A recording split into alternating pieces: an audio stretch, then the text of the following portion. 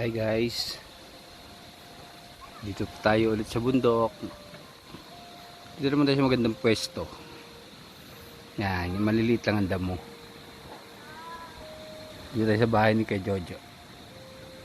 Yan, yan po ang kanyang bahay. Kubo.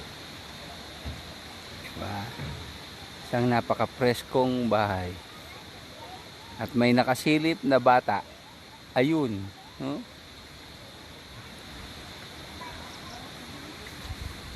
Kita nyo naman, diba?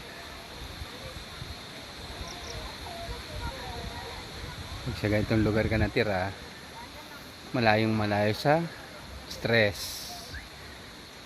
Yan. Relax masyado yung paligid. At marami siyang alagang aso. Yun.